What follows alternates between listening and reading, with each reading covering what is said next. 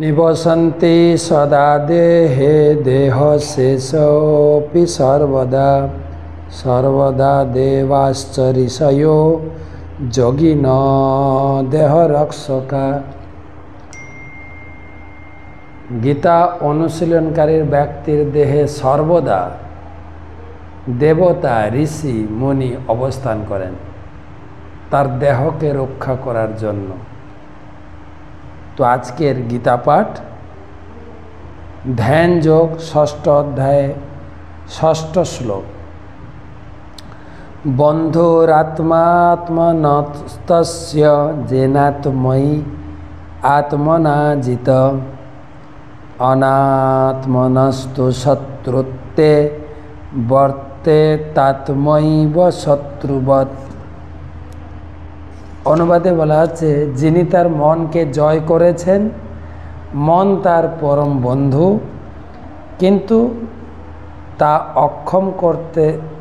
তা করতে অক্ষম মন তার শত্রু। মনকে জয় করলে মন হচ্ছে আমার বন্ধু, মনকে জয় করতে না পারলে মন শত্রু।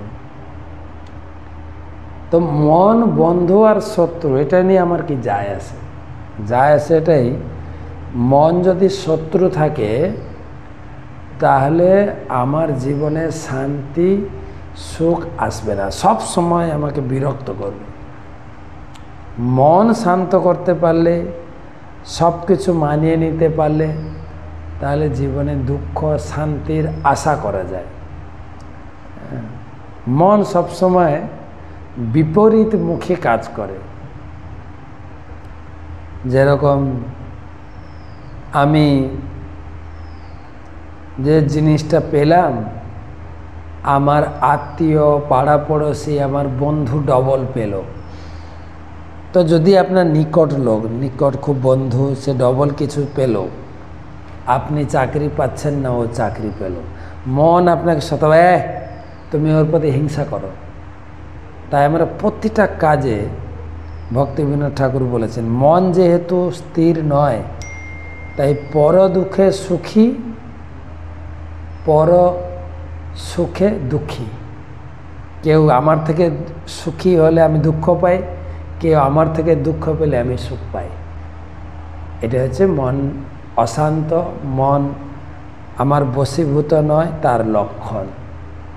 তো মন যদি আমার বশীভূত হয়, তার কি লক্ষণ পরবর্তী শ্লোকগুলো পড়লে বুঝলে আরও পরিষ্কার হয়ে যাবে যে আমার মন বন্ধু না আমার মন শত্রু, সেটা আরও জানতে সুবিধা হবে।